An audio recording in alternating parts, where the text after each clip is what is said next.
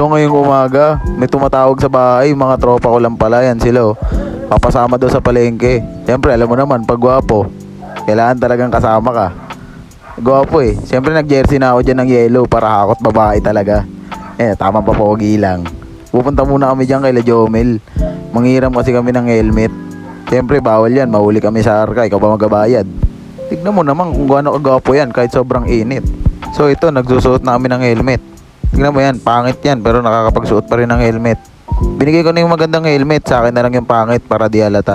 Pero tignan mo naman kung gaano kagwapo kahit pangit yung helmet.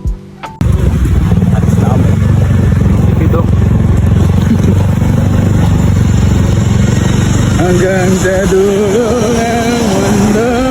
So dito papagas muna kami kay Latanggol. Wala pa kasi siyang taping kaya gasoline boy muna siya. So dito habang nagpapagas kami, nag-TikTok muna ako. Siyempre alam mo naman pag gwapo, pang. Isa pa yan, pang. Pero ito talagang the best, pang TikTok.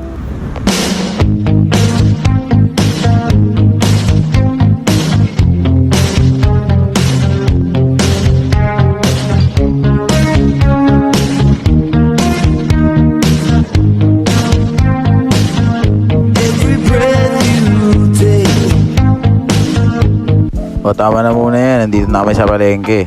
Tignan mo naman si Manong, sobrang cute. Cute ni Dudong. Ayun o, tamang pa-cute talaga o. Andito na nga kami, papasukin na namin to. Bibili na namin yung dapat pinapabilin. Tignan mo, naglalakad na ako pero si Dudong, papogi pa rin. Pogi mo talaga insan. Ay ka magawak. Bago dito mo ano? Kanila. Alex, mag-English ka. Dalawa. Kasi bogart. Ito.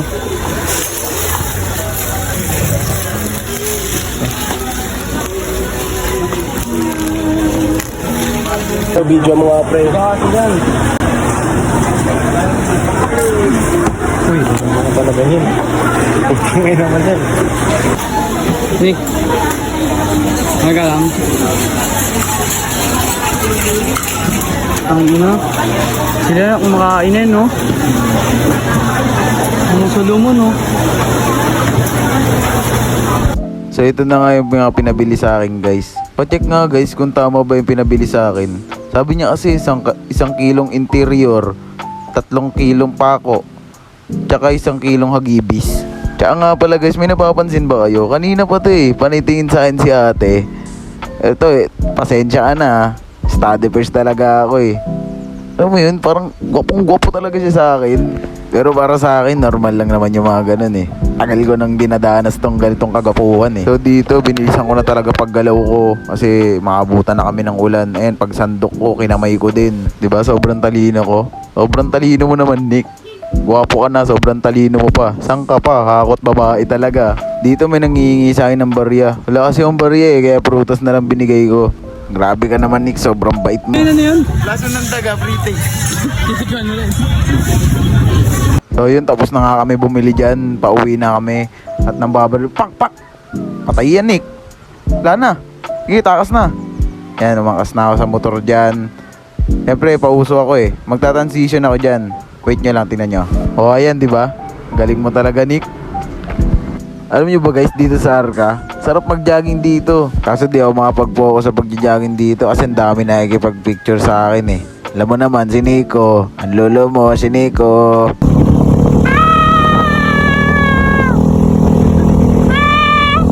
Tignan nyo naman, grabe pumustura sa motor. Pang riding in tandem yung galawan. So yun, pauwi na kami dyan. At biglang nakasalubong namin si Pop. Sakto papunta rin siyang Katipunan. Kaya pupunta muna kami Champaka. Bibili muna kami ng papaya, pantinola ni Lola. Kaso ang iniisip ko, pag nagpakulo ako ng tubig, baka uminit. O di kaya pag umulan, kumakantayin langgam. Pag papasok na ako sa gate, di ba nabukas yung ulap? So anong pipiliin mo? Kung ako pa pipiliin, papatakbuhin ko na lang si Clark. How come my day, baby, when I'm with you? You're the only one who makes me laugh. So how can my day be bad?